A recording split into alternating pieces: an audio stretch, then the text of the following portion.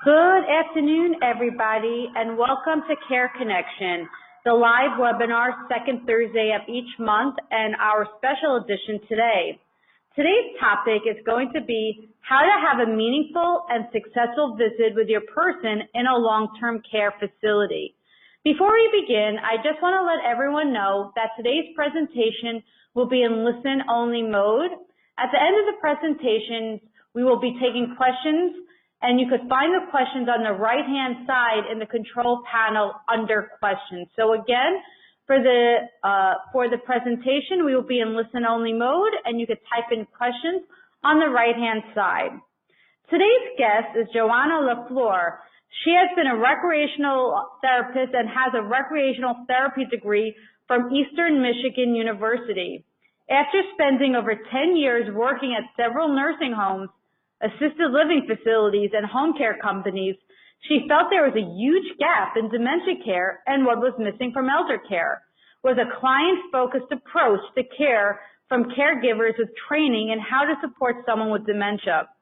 That led for her to start an in-home care company in 2013 specializing in dementia, and then opening 2 specialized memory care homes called Memory Lane. Joanna is a passionate advocate for those with dementia and those caring for someone with dementia. Joanna, please begin today's presentation. Thank you, Heather. And thank you so much for being here, and I'm really happy for the opportunity to be here to share some information with you. So I'm going to just jump right into it. So I'm going to talk to you today about 7 tips to have an enjoyable visit with your loved one. Could be a loved one, friend, or even a resident if you're working at a facility, how to make your visits the best they can be. So these are the different 7 things that we're going to talk about, and I'm going to talk in depth about each of the things, and then give you an opportunity at the end to share questions. So definitely keep those questions handy to ask me. So the first tip is acknowledge the grief that both of you feel. Having a loved one or someone in your life with dementia is a challenging thing, and no one's ever going to say it's not. And you guys are both experiencing a lot of grief. So it's really important that you acknowledge that. It's okay to feel sad because this is a hard thing, and that's something that we even say to our residents a lot here is, I'm really sorry that this is hard. That's a great empathetic phrase to use because it is hard and it can be really challenging. But realize that both of you are experiencing loss. You are experiencing the loss of that person as who they were to you, but they are also experiencing a ton of loss that a lot of times we don't really realize.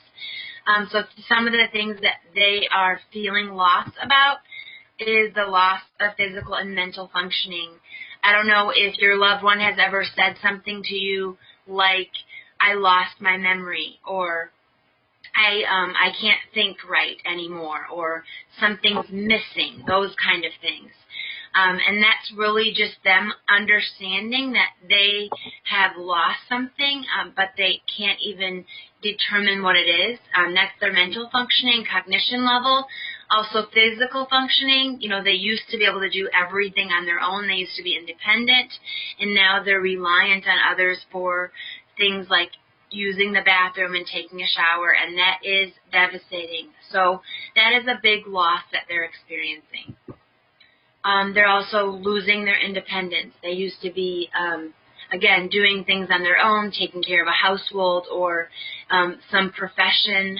We have someone here that worked at NASA, and now he needs assistant showering, so that's a big loss for him.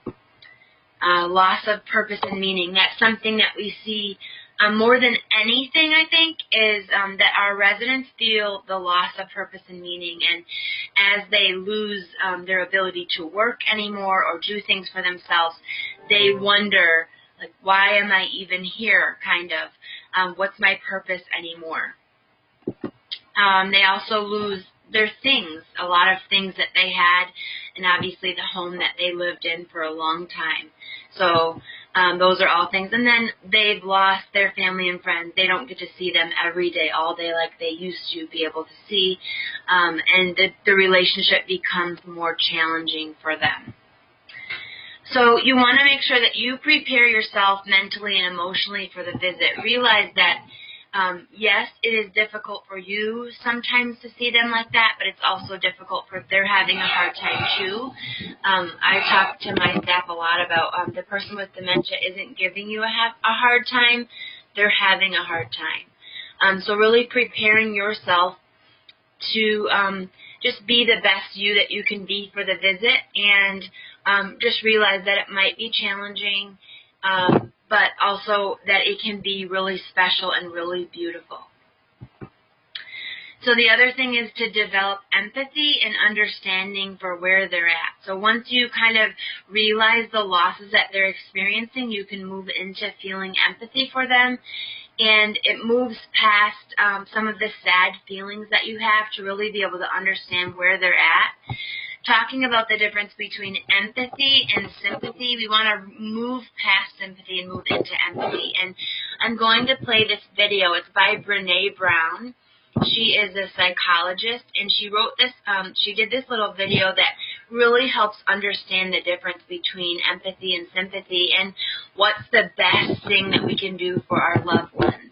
So I'm going to play that now. It's not the best quality on this webinar, but hopefully you can still hear it. And I can always give you the link to it at the end if you want to watch it again.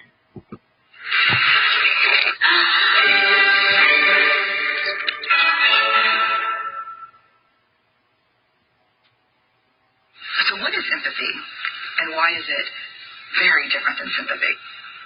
Empathy fuels connection. Sympathy drives disconnection. Empathy, it's very interesting. Teresa Wiseman is a nursing scholar who studied professions, very diverse professions where empathy is relevant, and came up with 4 qualities of empathy.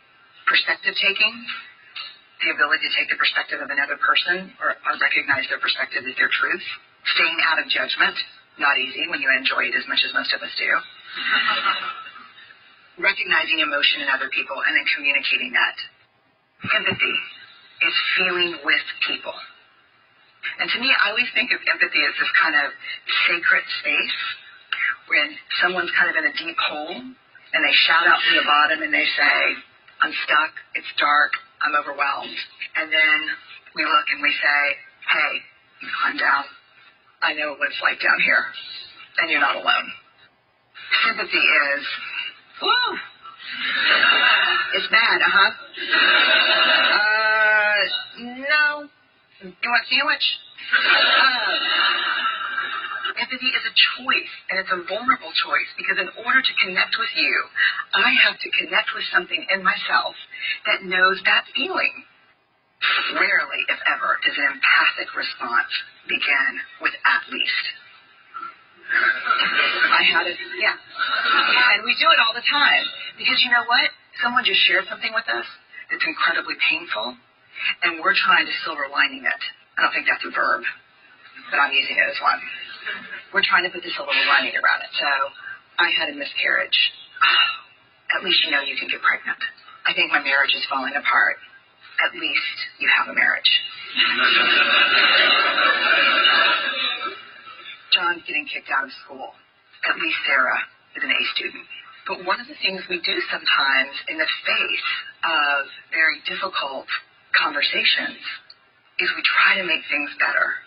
If I share something with you that's very difficult, I'd rather you say, I don't even know what to say right now, I'm just so glad you told me. Because the truth is, rarely can a response make something better. What makes something better is connection.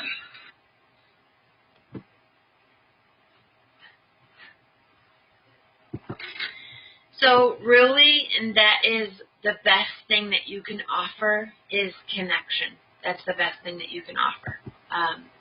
So moving past the expectation into current reality, one of the things we follow Teepa Snow a lot, and she's an incredible dementia trainer. One of the things that she says is about the person is, I am who I was, but I'm different. Think about what that means for a second. Is that they are that person that you know that they were, but they're just a different version of that person. And so moving past what you want them to be or what you hope them to be and moving into who they are now and finding ways to connect with them now, whether it's a spouse or whether it's a mom or a dad, seeing them still as that person but just a little bit different. And appreciate the time that you have remaining with them and make it positive. A lot of times with dementia, we see that diagnosis and we go, their life is over and everything is going to change and it's going to be horrible and I've lost my loved one now. But the truth is, yes, it is going to be challenging and yes, things are going to change. But the truth is you can have lasting moments of joy, of connection, of peace, all the way through their illness, even until the very end. And if you really look for those moments and seek them out, you will have precious, precious memories. So it's so important to make sure that you appreciate that time and utilize it to the best that you can. Number 3 is starting out the visit positively. It's really important with how you start it.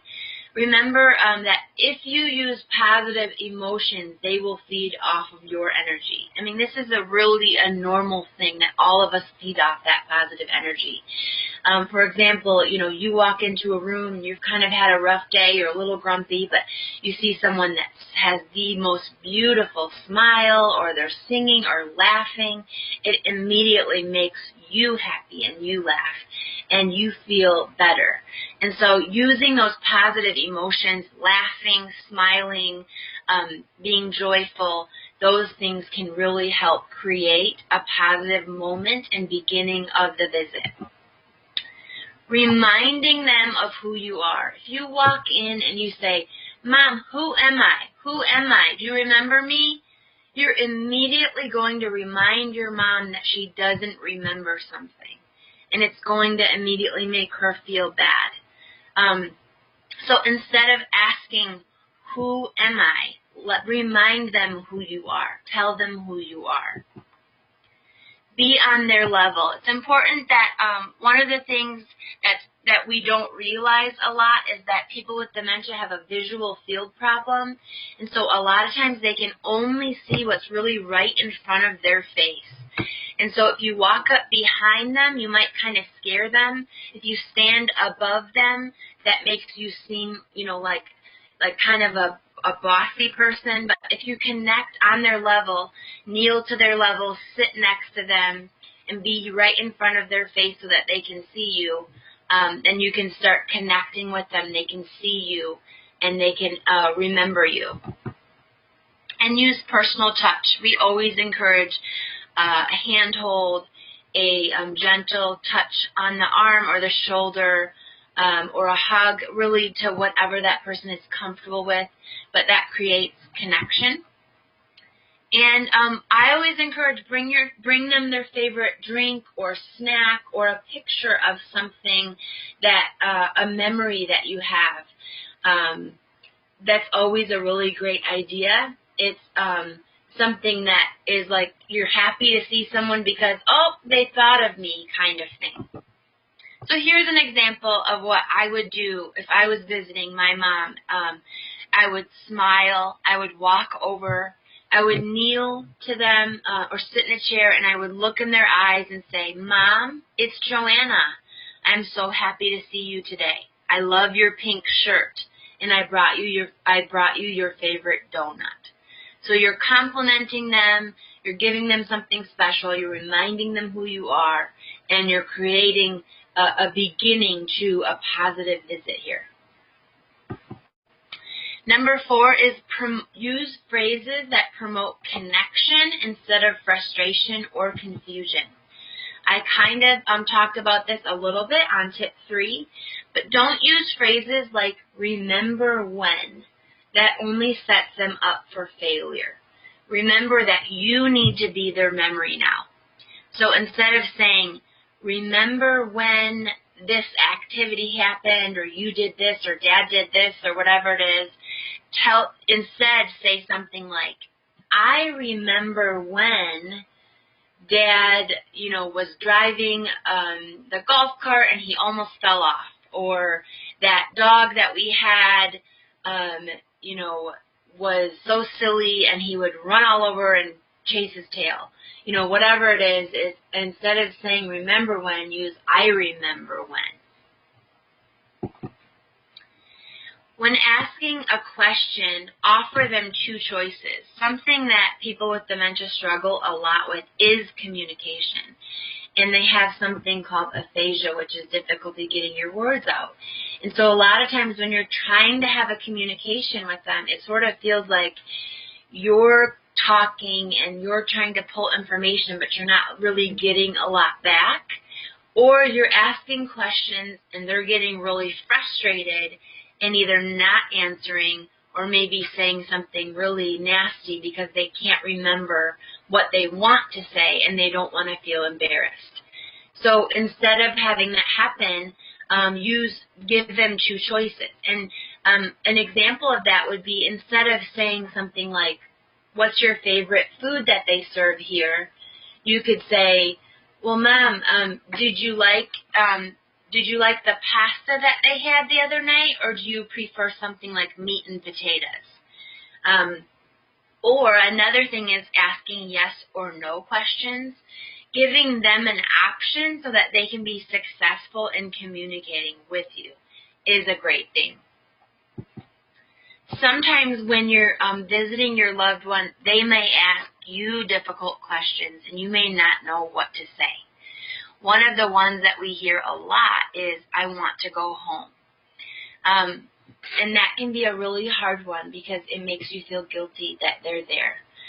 One of the things that I want you to know about I want to go home is we never really know what home they're actually talking about. So home could be their home when they were a young person living with their parents, or a different home, and home could just mean a symbol of comfort.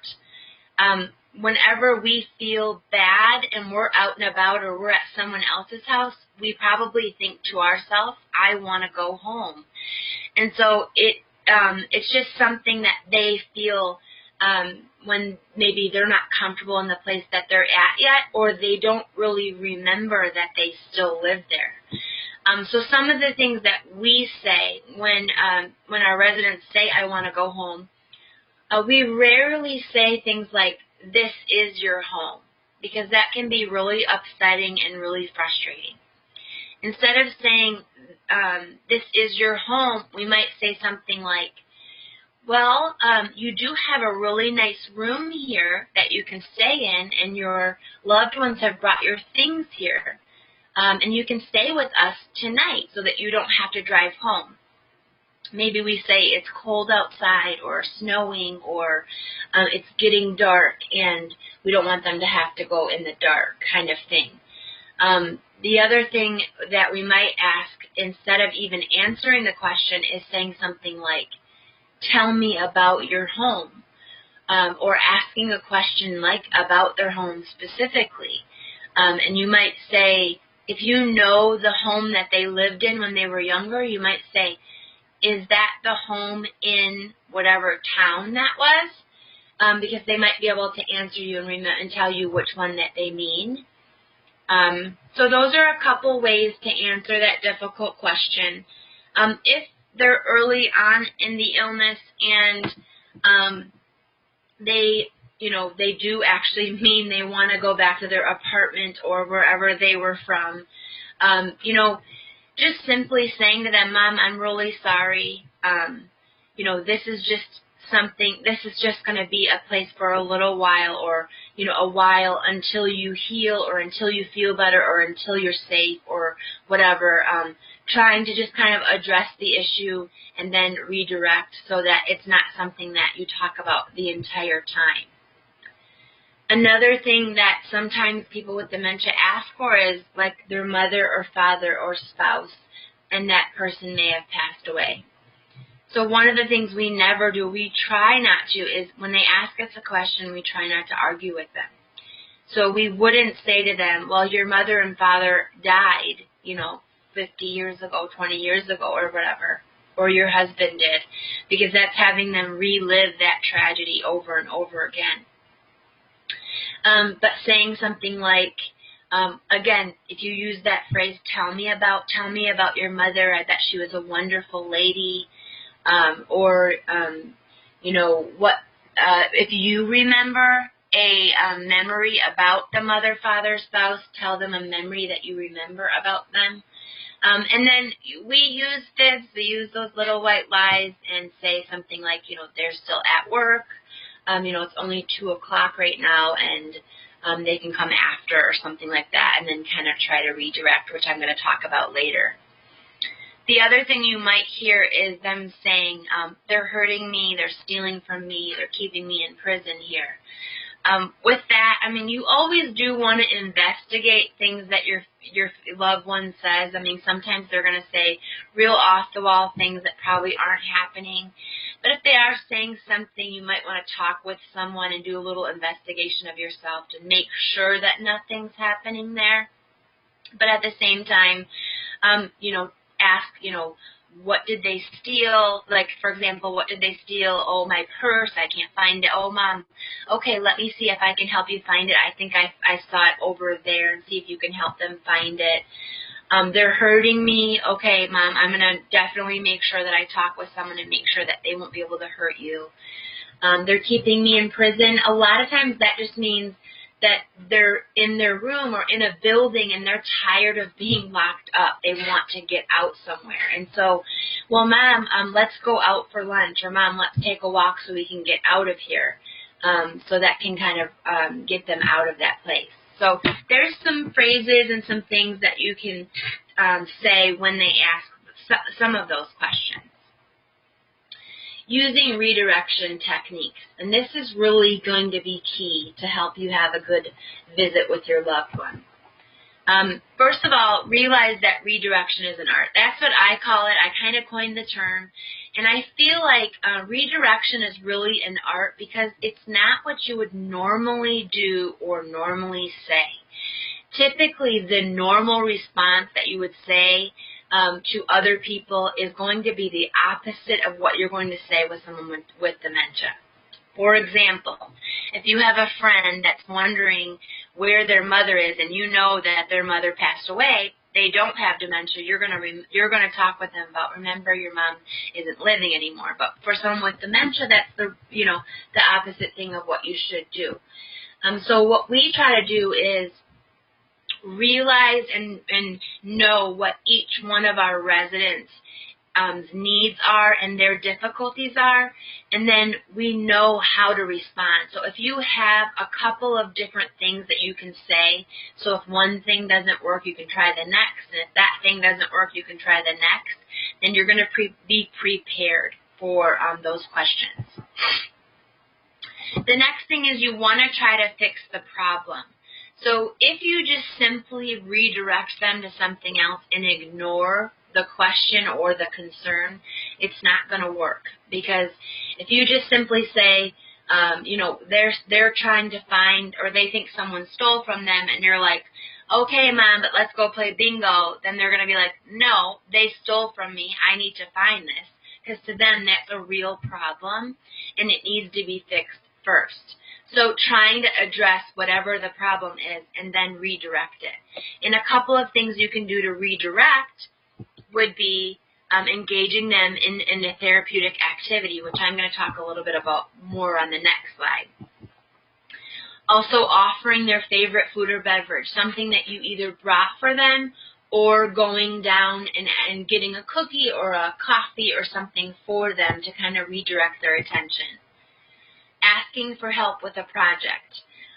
Even if, you bring something. We have family members that sometimes will bring like Christmas cards in and have their loved one write them out. They'll bring their, around Christmas time they brought some gifts and they were wrapping gifts. They'll bring projects to do, like taking all the little mini soaps and stuff that you get from hotels and putting them in Ziploc bags and making them for the homeless. different things like that. But even asking for their help with, anything really. It could be an activity or something like that. Or saying, oh, I can't wait, I need to show you this picture. It's of the grandkids. It's so beautiful. Talking about something or someone they love and reminiscing. So again, bringing up a story that you know they really like to talk about. We had a resident she told us this story about her sister, how her and her sister were sitting on the piano bench and playing the piano, but her sister ended up pushing her off and she broke her arm. And she just, for some reason, she really liked talking about that story. So when she would become agitated, we would remind her the story by saying, didn't your sister once break your arm by pushing you off a piano bench or something like that? And then she would get into telling that story. I would do that with my grandma who had Alzheimer's. We used to go stay with her every summer, and there was things that she did every summer for us, like make us smoky links and give us this little table to sit on. And she had told us a funny story one time of her giving us strawberries and me and my sister dividing them up, and my sister giving herself a big one and then me a little one and herself a big one and me a little one, and me not saying anything until the end and then biting my sister, so she didn't know what to do, so she bit her back. And we always thought that was such a funny story. So every time I would visit my grandma, I would say, oh, Grandma, I remember this story, and she always thought it was so funny. Another great way to redirect is moving to a different area or room. So just taking them out of their room, going for a walk, going for a drive, any kind of different place. If they have a courtyard area, going in there. I mean, if it's winter, it's a little bit more challenging, but there's other areas that you can sit, kind of look at the window. If they have birds there or fish, maybe sitting in front of there. So something else to kind of redirect towards it. I have one more video, and it's a video, again, of how to redirect with an activity. It's showing one lady that does it the wrong way and gets in a fight with the gentleman, and another lady that does it correctly, and it works out much better. Is my wife coming to see me today? No, Mr. Jones.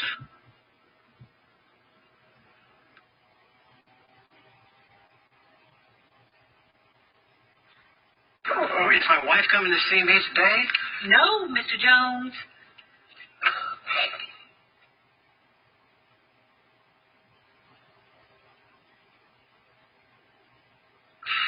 Is my wife coming to see me today? No, Mr. Jones.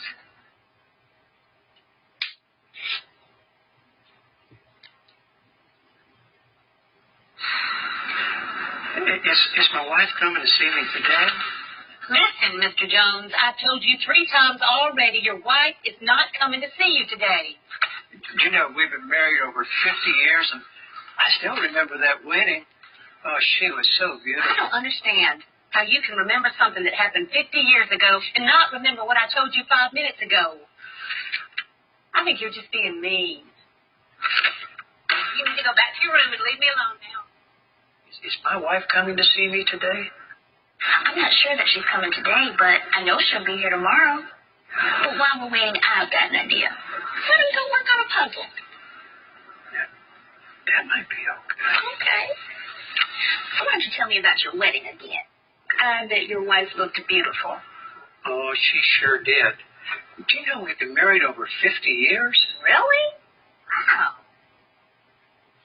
So again, pretty obvious, what went wrong there with the first caregiver. But I want you to notice that the second caregiver, before she redirected to a puzzle, she addressed his issue, which was, when is his wife coming to visit? Whether or not his wife is coming to visit the next day or not, she addressed it so he felt better, and then he redirected to something else.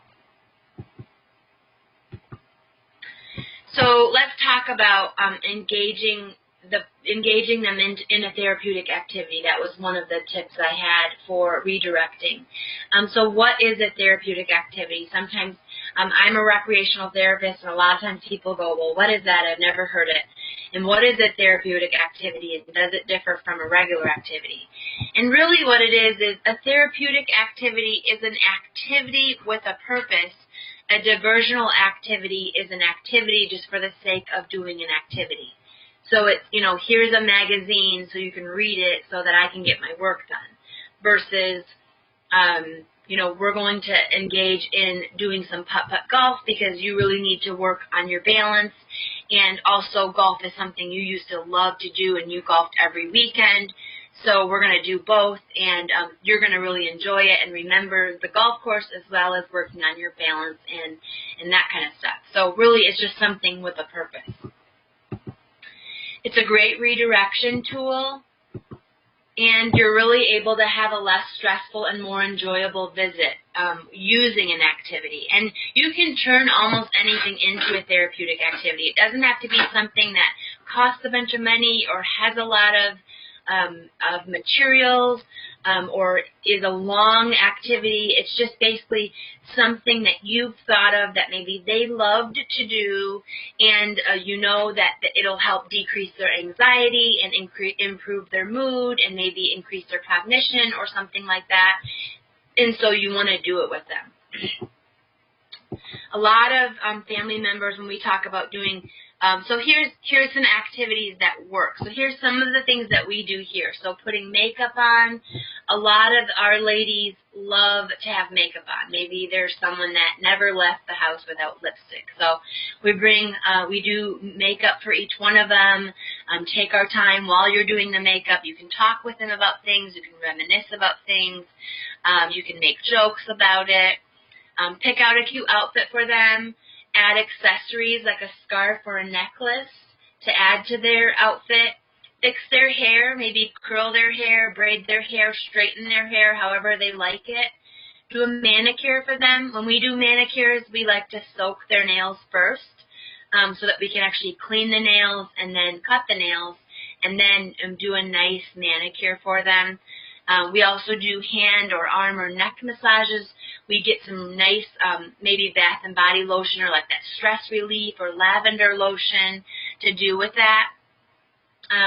There's something that's water painting. You can do regular water painting if they're able to do that. But if they have more of a difficult time doing it, there is something that you can order on Amazon where it's a piece of paper, and when you paint water on it, an image appears. And so they don't have to think about what they're trying to paint or painting a picture like that. And that can be great. Also, if you bring just a real easy book or just like a shape, like a heart that they can paint inside the heart. Adult coloring books are really good, although sometimes there's too many lines and they're too intricate these days. So even, again, just like printing off a shape of something or an outline of something. Listening to music is always great. If you know the type of music that they used to love, put on Pandora or YouTube on your phone and listen to some music. And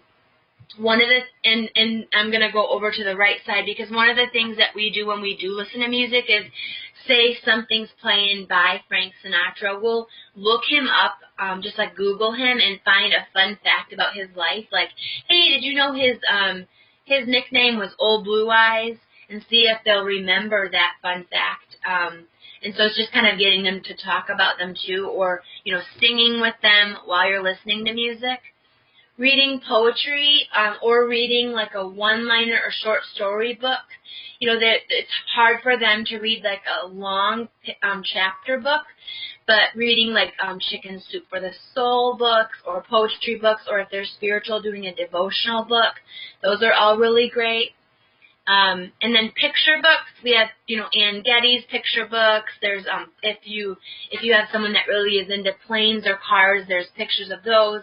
We even look at cookbooks and just look at the ingredients and then look at the pictures of the stuff.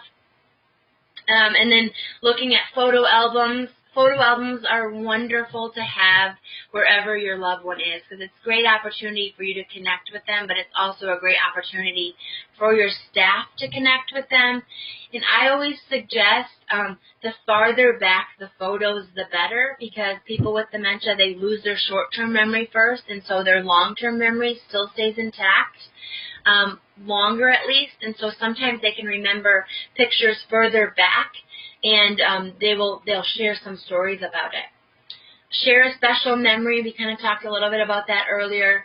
Balloon volleyball is a wonderful activity, and literally just bring a balloon in and start hitting it back and forth with them. It's great exercise, and anyone can do it. And the last one is go for a walk.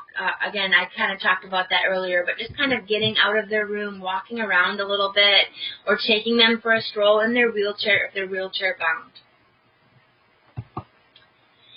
So sometimes we have families that go, well, I mean, those things are all great, but I mean, my loved one won't do any of those things. All they want to do is just sleep, or, you know, they don't really talk a lot when I visit. And so I always like to give you a couple of tips and ideas of how to engage them in the activities. So first of all is I would really encourage you to not limit their abilities.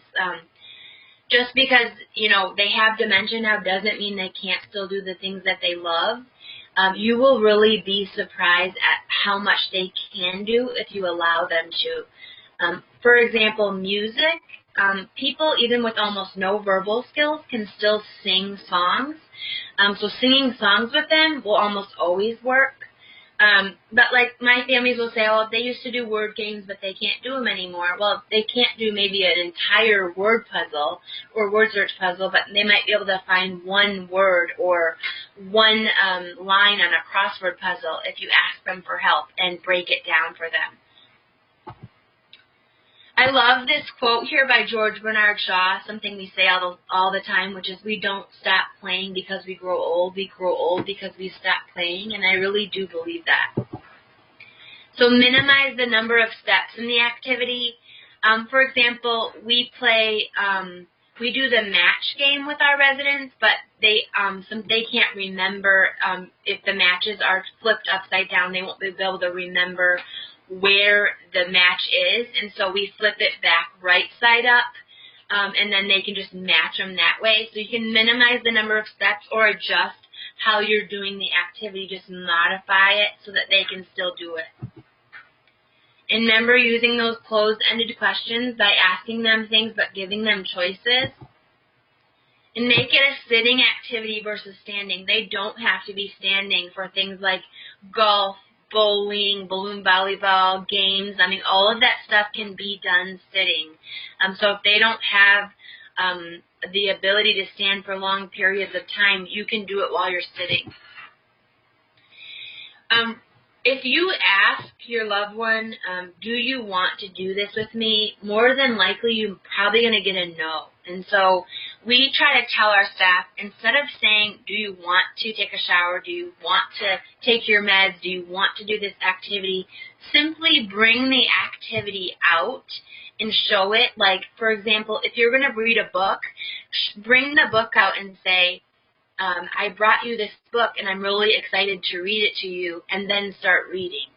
If you're doing balloon volleyball, bring the balloon out and just hit it to them and say, hey, Mom, hit it back to me. So that will really engage them. It doesn't even give them the chance to say no or think about how they can't do it. You can use hand-over-hand assistance if they need it. Say you're doing something like painting or drawing. You can put your hand over theirs and help them do it so that they can still do it. And the last tip is if you do short spurts of activities, like, for example, 15 minutes on, rest, 15 minutes again, a lot of times that's all that they can do. They have a short attention span, so even doing something just for a short period of time and then changing it up will work. So maybe have a couple of different options that you bring in, that if something's not working well or if they get tired of it, you can bring something else out. The last thing is just ending the visit in a way that's best for them. So you really want to think about how are they going to be able to have a good rest of their day when you leave. Sometimes having you leave is very traumatic for them, just as it is probably for you. So sometimes actually saying goodbye to them can make the whole situation worse. So really it's dependent on the person. But oftentimes when I leave my residents for the day here, I don't tell them goodbye. I just say, I'll see you soon, or I might say, like, I have to run an errand and I'll be back, so that it's not upsetting for them. And then the other thing is connect with them with something. If it is okay for you to say goodbye for them, if that works for you, connect something of the reason that you're leaving with something that they would understand. Like, I have to go pick the kids up from school, or I have to get some milk. Or my staff, a lot of them are in school, so they'll say, well, I have a class I have to get to. And so our residents understand that they have to go because they have that specific thing. They connect that with it, and it doesn't make shift change so difficult here. Another thing that's important is give them something or someone else to redirect their attention to. So, bring them out to an open area and say, this is your aide, so-and-so, and she's going to be with you the rest of the night kind of thing. Or, if there looks like they're playing bingo, let's go see if we can get in on the game. And like another example would be saying something like, I enjoyed spending time with you, I love you. Let's go get ready for dinner. I hear they're having beef stroganoff. That sounds delicious. So, saying you love them and that you enjoy spending time with them, but not necessarily saying I'm leaving now, but redirecting them to something or someone can sometimes really, really help. So those are the 7 tips that I have. And I have my contact information on here if you guys would like to look me up after the webinar and look for more information. I do lots of other trainings and videos and things like that may be beneficial to you. Thank you so much for this wonderful presentation. I just want to let everyone know, unfortunately, we're having a bit of technical difficulty where the PowerPoint didn't attach to our handouts. So please be patient. We will be emailing that in the coming days or by the end of day. I do apologize. We did have a question though, and maybe you could share, because the people really like the 2 videos, and for them to look it up on YouTube, how they could find those 2 videos. They really liked your videos. That's the first question. The Brene Brown video, if you just go to YouTube and type in Brene Brown, empathy versus sympathy, it'll come up. The other video I actually found a long time ago. So maybe if you want to send me an email, I can actually just send you that video, or because I have it saved on my computer, I don't have the link to it from YouTube anymore, but that is where it's from. Okay, thank you. So now we're going to start the questions. Are the adult water paintings reusable? They are reusable. Yep, you can continue to use them. Once they dry, they turn clear again, and so you can use them again. Thank you. Another question. I intend to put a few of the things mentioned to use when I visit my family members next time. I will update you on how it worked. We have a listener who's going to update us on some of your great suggestions, so thank you for that. Another one, would you spell the Brene Brown video? The person would like you to spell it out for them. So Brene is spelled B-R-E-N-E,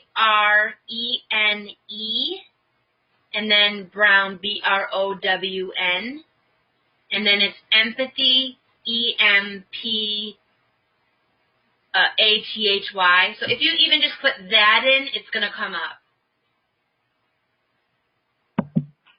Thank you. Again, we're going to be taking questions or comments or anything else as listeners you'd want to share that has worked for you. But for all who are still on the line, I do want to apologize for the technical difficulty, but we will be getting the PowerPoint because I know it's such a great one. And so let's just wait to see if we have any other questions coming in.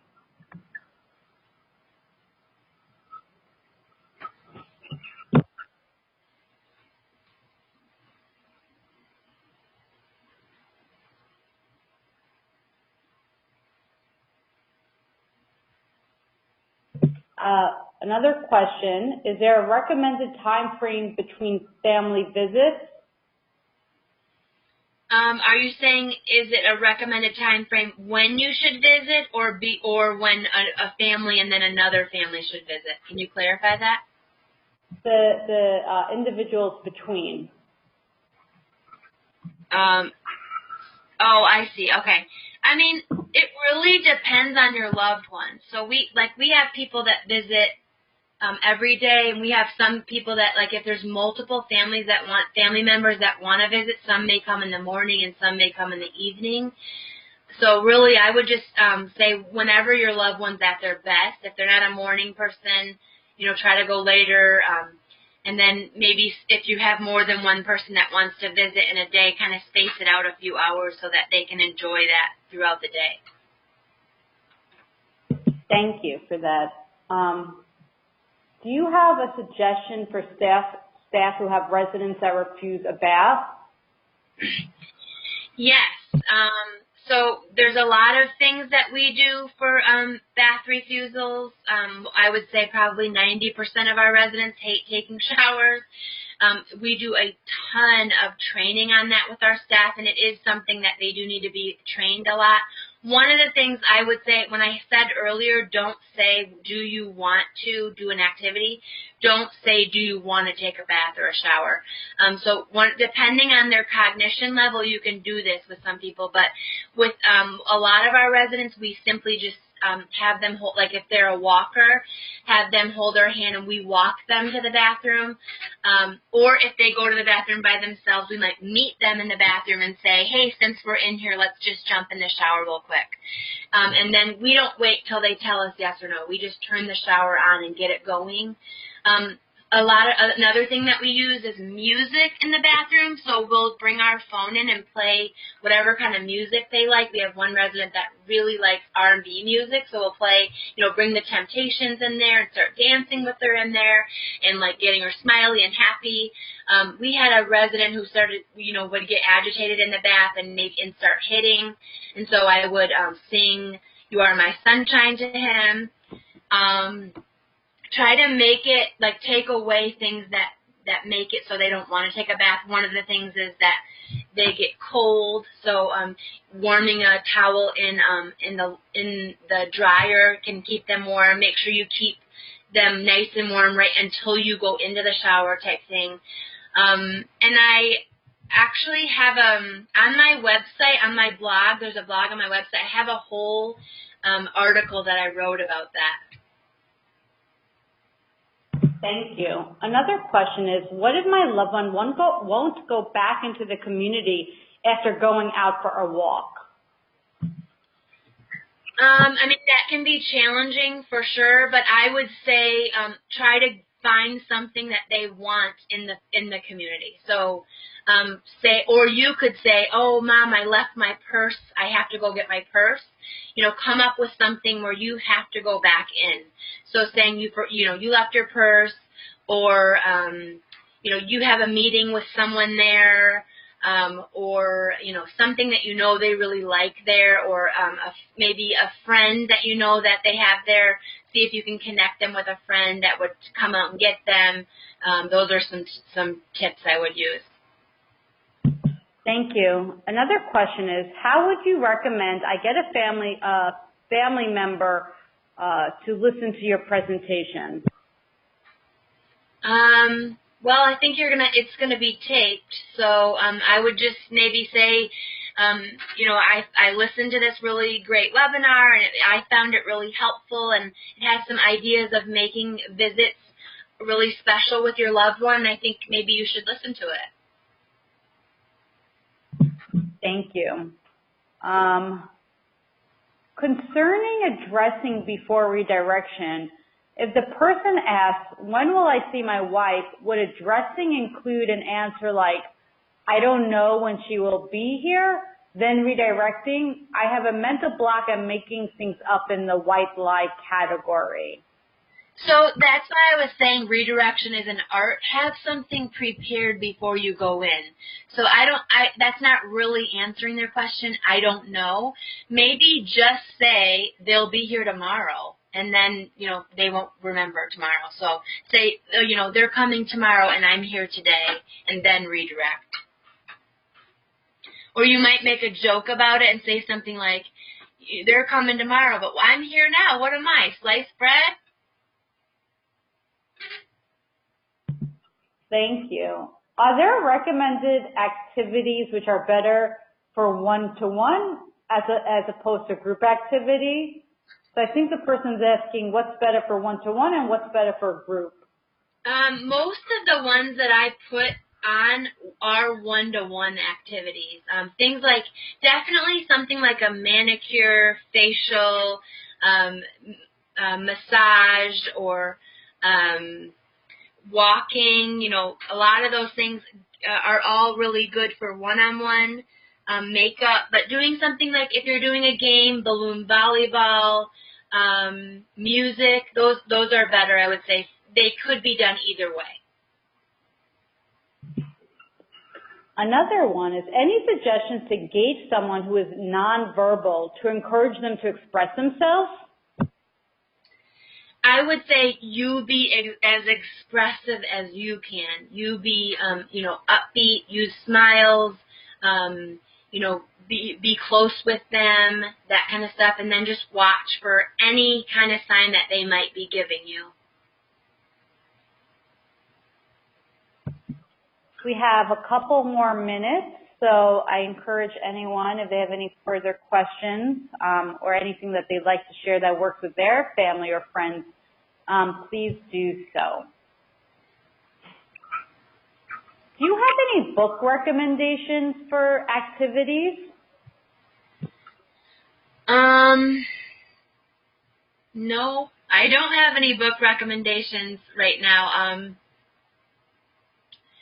Mainly all the activities that I have gotten is from, doing them throughout the years. Pinterest is a great resource. I would highly recommend it. One of the things that's kind of difficult about planning activities for people with dementia is that you want to make it so it's easy enough for them to do, but that it's not childish. So you have to kind of really balance it. I actually just, on my YouTube channel, I just did 4 videos about different activities that we do here that may be helpful for you. But yeah, Pinterest is where we find a lot of ours. Thank you. What if my loved one is always asleep when I come to visit? Is there a suggested way to waken them up? Yeah. I mean, I would just, when we, most people with dementia will sleep all day long if you let them. If they're not engaged, they'll sleep. So whenever we wake our residents up, we're just really gentle about it, coming over to them, getting on their level, touching their shoulders, softly just saying, hi, Mom, it's me, I came to visit you, I brought you a treat, and then just continually, gently, rubbing them until they wake up, and then, continually stimulating them so that they stay up.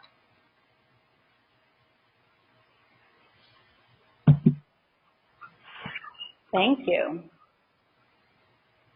I want to just let, again, everyone know that unfortunately there was a technical difficulty, and so we'll be sending the PowerPoint in the coming days. We do apologize. Technology could be great, and then sometimes technology could fail us when we need it the most. So again, I apologize, but we'll be sending that out. We do have a couple more minutes for any other questions or comments. I have another question. What is it, in terms of a holiday, some people tell me that all my family shouldn't visit at once, rather we should take shifts. What do you think about that? I agree with that. It's very overwhelming for a resident when their whole family comes. So, I mean, occasionally we will have that where we'll allow families to come and do their own, like, birthday party or something like that. But really, for your loved one, it's probably best if people do come in shifts, because they're not used to having that many people around them, and they can get overstimulated pretty easily, and the visit can kind of not go well. So, yeah, I would definitely recommend that.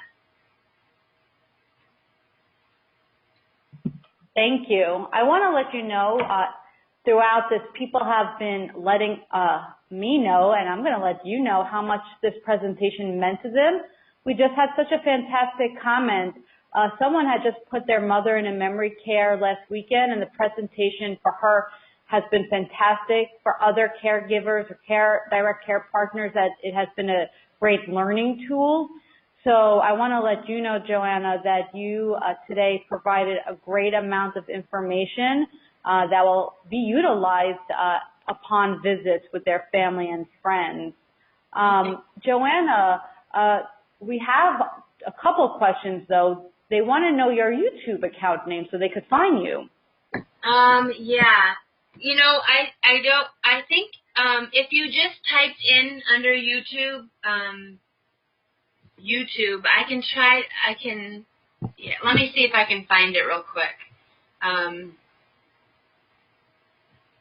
But yeah, it is under memory lane. So if you go to YouTube and try to type in memory lane, I think you'll be able to find the video. But let me see if I can. Let's see.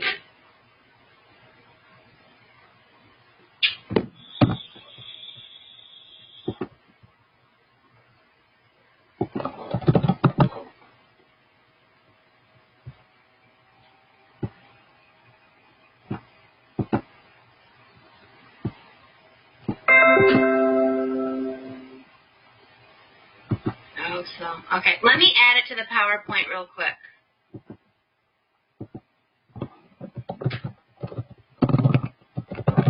That PowerPoint, though, is on your screen, so I'm not gonna be able to give that out. So just, you know, maybe just tell the individuals how to get to your YouTube channel. If you put in YouTube, if they put in your name, your YouTube channel will pop up. I think if you go to YouTube and put memory lane in, let me try that.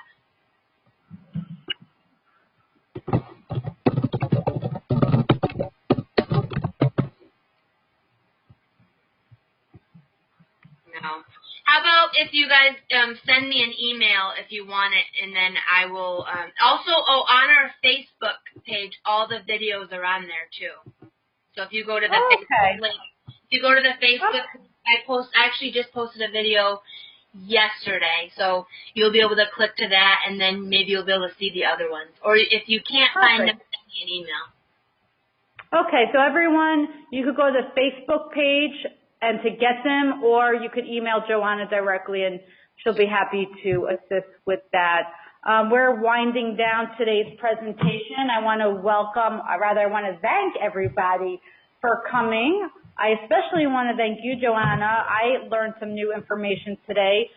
Everyone seemed to be really happy with the information, and I think we know that this is really important in terms of visiting our person. So, Joanna, I can't thank you enough for volunteering your time and expertise today.